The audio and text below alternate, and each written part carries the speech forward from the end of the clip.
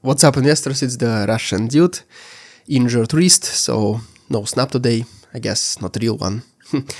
So if you have any clues, any tips how to heal the sprained wrist faster, please let me know down below in the comments, will be very helpful. But okay, let's begin with the video, and let's call it what it is. Putin's dream of demilitarizing Ukraine has turned into a nightmare so grotesque, it makes even his most delusional speeches sound like comedy sketches. He wanted to crush Ukraine's military, to strip it of weapons, to leave it begging for scraps under the Kremlin's boot. Instead, 3.5 years into this disaster, Ukraine has not only survived, but evolved into the most battle-hardened and innovative army on the continent. Drones, cyber systems, robotics, electronic warfare, Ukraine is not following NATO standards anymore. NATO itself is now trying to catch up with Ukraine. And while Putin keeps throwing Soviet-style mid-waves and half-working missiles at cities, Ukraine keeps producing results that shift the entire balance of power in Europe. Add to that Donald Trump suddenly sharpening his tone against Russia, whispers about Tomahawk missiles for Kyiv, and even Finland's golf-loving president predicting that Trump is about to swing a driver, golf joke kind of stuff, to swing driver straight at Putin's face. What we're watching is history flipping upside down. Russia planned to bury Ukraine. Instead, Ukraine is becoming Europe's impenetrable shield. So today, let's tear apart the myth of Putin's demilitarization plan and expose how it backfired on a catastrophic scale. Because honestly, Putin's nightmare is just beginning.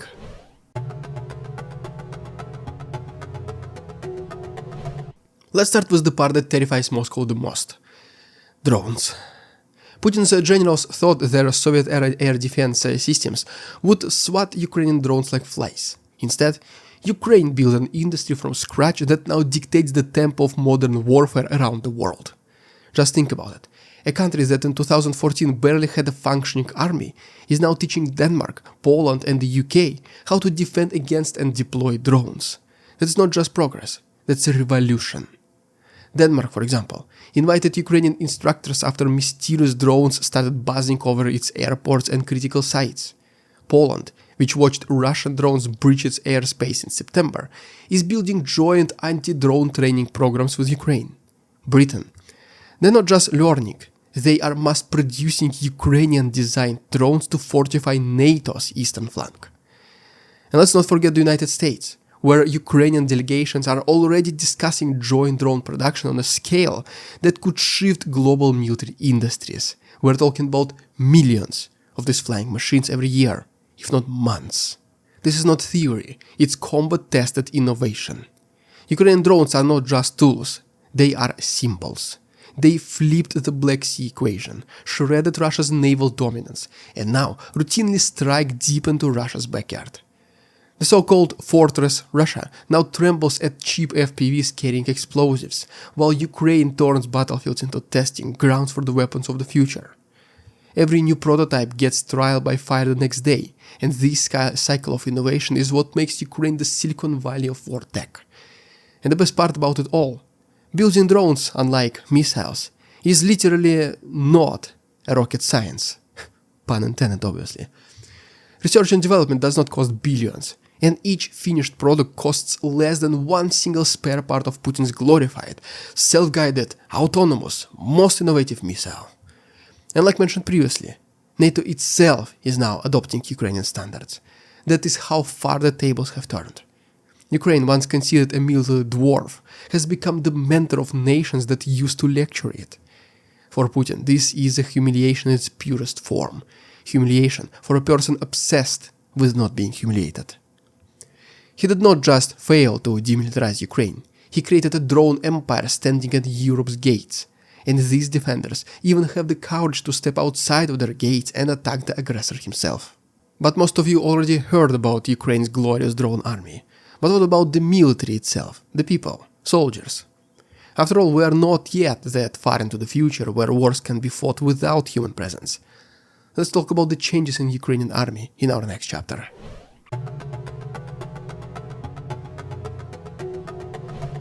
Drones are only part of the story. the real shock comes from the human factor. Ukraine now has the second largest army in Europe, close to 1 million men and women in uniform, plus reserves filled with veterans hardened by real combat. And let that sink in. Before 2014, Kyiv had just a few thousand combat-ready troops. When Crimea fell, Moscow thought the job was basically done. But ordinary Ukrainians flipped the script by forming volunteer battalions that stopped Russian advances dead in their tracks. The seed was planted. And when Putin doubled down with the full-scale invasion in February 2022, his attempt at demilitarization became the fertilizer that grew the seed of Ukrainian army into a continental giant. This was not just about the numbers. Ukraine adapted faster than anyone predicted. Every wave of Russian attacks, every missile strike, every trench battle forced Ukrainians to learn, innovate, and rewire their strategies in real time. Unlike Russia's rusted command system where generals play Soviet-style chess with human lives and 90-year-old manuals, well, in this case, it's completely different. Ukraine simply became flexible. They combined Western equipment with homegrown ingenuity. They made war laboratories out of necessity. Not the biolaboratories with infected mosquitoes and mutant soldiers, as Russian propaganda claims. Just regular ones. But anyways, Europe now sees it clearly. Ukraine is not just defending itself, it's defending them. With the US trimming its role in European security, Ukraine stands as the barrier between Russia and an unprepared continent.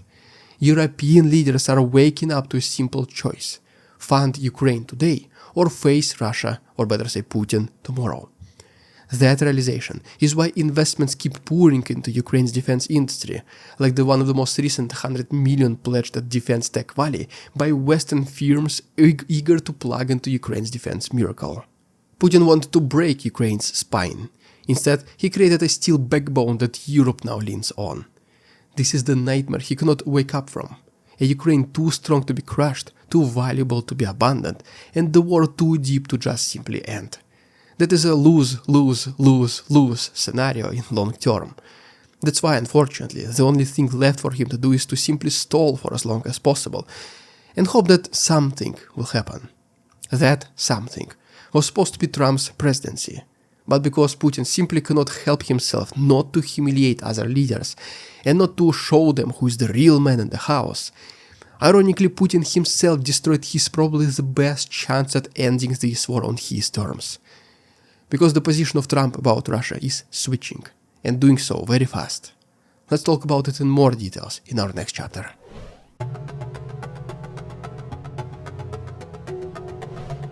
Now let's cross the Atlantic. Donald Trump, the man Putin once thought would be his secret weapon, is suddenly playing a different game. Vice President J.D. Vance admitted the US is awaiting Ukraine's request for long-range Tomahawk missiles.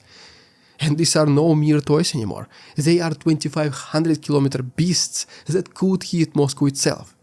Just imagine Putin's face if Kyiv suddenly had the ability to make the Kremlin feel the very same terror as Kharkiv or Odessa that they live in daily. The Kremlin, of course, tried to shrug it off. Peskov, for example. I mean, who else, right? It's either him or Medvedev. Well, Peskov muttered something about no panacea changing the front. Classic bluffing. But inside Russia's military corridors, the panic is real. Because if Ukraine gets Tomahawk, or even just continues to increase long-range strikes with Washington's quiet blessing, it dismantles the illusion of Russia's safe zones. The recent comments from US envoy Keith Kellogg basically confirmed this shift. There are no sanctuaries, he said. Translation: Ukraine can hit wherever it wants. At the same time, Russia keeps bombarding Ukraine with 800 drones and missiles in record-breaking waves, hoping to overwhelm defenses. But, I guess, diplomacy. I was about to do question mark, but I can't. And whether it's sanctions, tariffs, or Tomahawk, the message is clear. Putin can no longer count on American passivity. Something has, and it will change.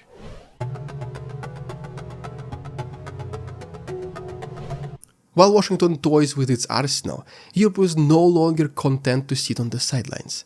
Finland's President Alexander Stubb, Trump's golf buddy, said that the carrot phase is now done. Now it is the stick.